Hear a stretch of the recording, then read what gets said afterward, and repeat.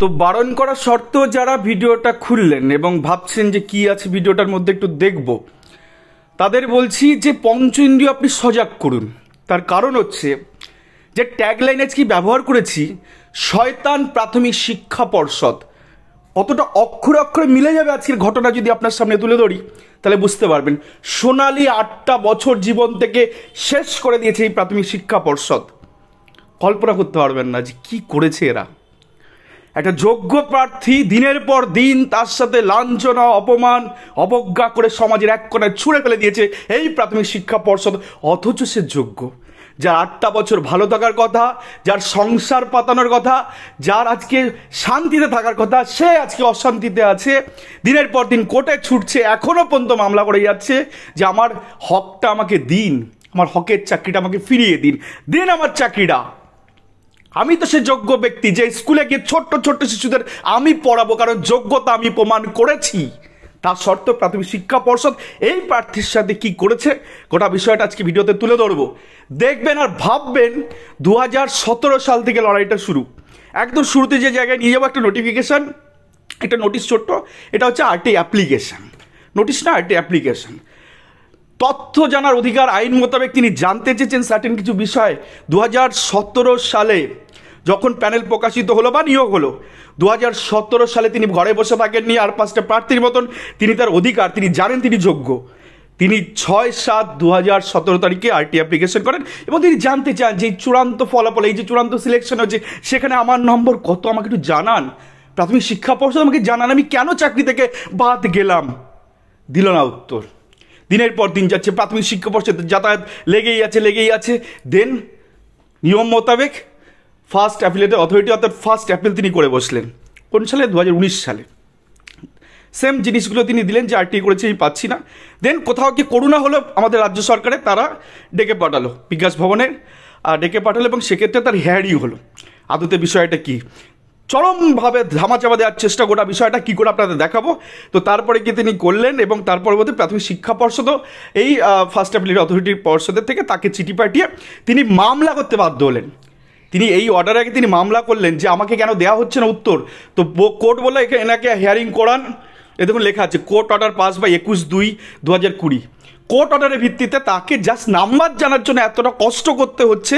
সেখানে গিয়ে প্রাথমিক শিক্ষা পর্ষদের কাছে ওএমআর তিনি চেয়েছেন এবং সেই সাথে সাথে তাকে কিছু সার্টেন ডেটা প্রোভাইড করার জন্য বলা হয়েছে। দেখুন কী চক্রান্ত চলেছে এই সমস্ত প্রার্থীদের সাথে।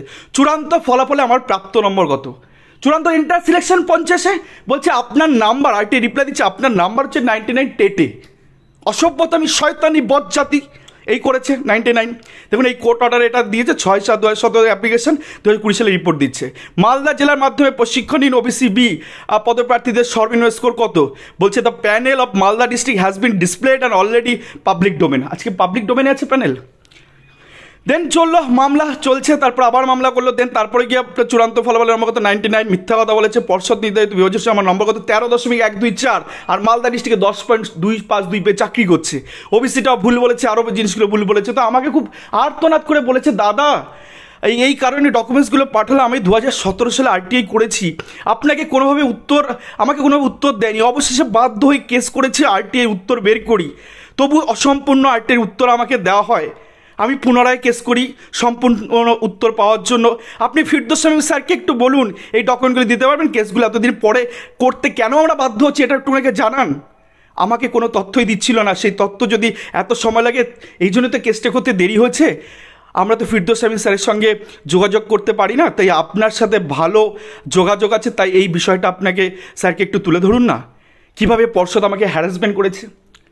এই যদি ঘটনা হয়, একটা উত্তর পেতে 17 সাল থেকে লড়াই, 22 পর্যন্ত 5-6 বছরের লড়াই, কেন বলবো না প্রাথমিক শিক্ষা পর্ষদকে সে শয়তান। একটা মানুষের পুরো সর্বস্বটুকু কেড়ে নিয়েছে, 8টা সোনালী বছর কেড়ে নিয়েছে এই প্রাথমিক শিক্ষা পর্ষদ। আর তাদেরই আইনজীবী এসে কোর্টে এসে কি বলছে, বাতেলা প্যানেল এক্সপায়ার, প্রার্থীরা এতদিন পরে কেন এসছে, আসেনি, 17 সাল থেকে লেগে আছে, আপনি উত্তর দেননি। কনক রবি দাসের 3-3বার অর্ডার করানোর পরে চাকরি আপনি দেননি, স্বীকার করুন প্রাথমিক শিক্ষা পর্ষদ। কারণ অসভ্যতামি শেষ আমরা করে ছাড়বো, আর চলবে না এই জিনিস চলবে না। সাড্ডা হাক এতে রাখতে হবে অধিকার। কেন অধিকার দিয়েছে? মানুষের জীবন নিয়ে ছিনিমিনি খেলার অধিকার কে দিয়েছে? ফাজলাম হচ্ছে, এটা পাবলিক রিক্রুটমেন্টে ফাজলাম হচ্ছে। পয়সা তুলেছেন তারা, একটা পাবলিক রিক্রুটমেন্ট সরকার, একটা স্বাধীন সরকার, স্বাধীন দেশ এটা আমাদের। কারচুপি করা যাবে না, দিনের পর দিন অসভ্যতামি করা যাবে না, শয়তানি করা যাবে না, বজ্জাতি করা যাবে না। অধিকার দিতে হবে, যোগ্য প্রার্থী হলে তাকে চাকরি দিতে হবে। 10 পেয়ে চাকরি করবে, 8 বছর সংসার করবে, ছেলেমেয়ে নিয়ে ভালো থাকবে। আর 13 পেয়ে রাস্তায় রাস্তায় ঘুরে বেড়াবে, কোটে কোটে ঘুরে বেড়াবে শুধুমাত্র উত্তর কারিশা করার জন্য। 7-8 বছর শুধু একটা উত্তর পেতে তার সময় লেগে যাবে। এটা হতে পারে না। প্রাথমিক শিক্ষা পর্ষদ সাবধান, আসছে আগামী দিনে ভয়ঙ্কর অস্ত্র আসছে, কোনোভাবে আটকানো যাবে না। হয় যোগ্য প্রার্থীদের চাকরি দিন, নাহলে এন্টার রিক্রুটমেন্ট বাতিল হবে।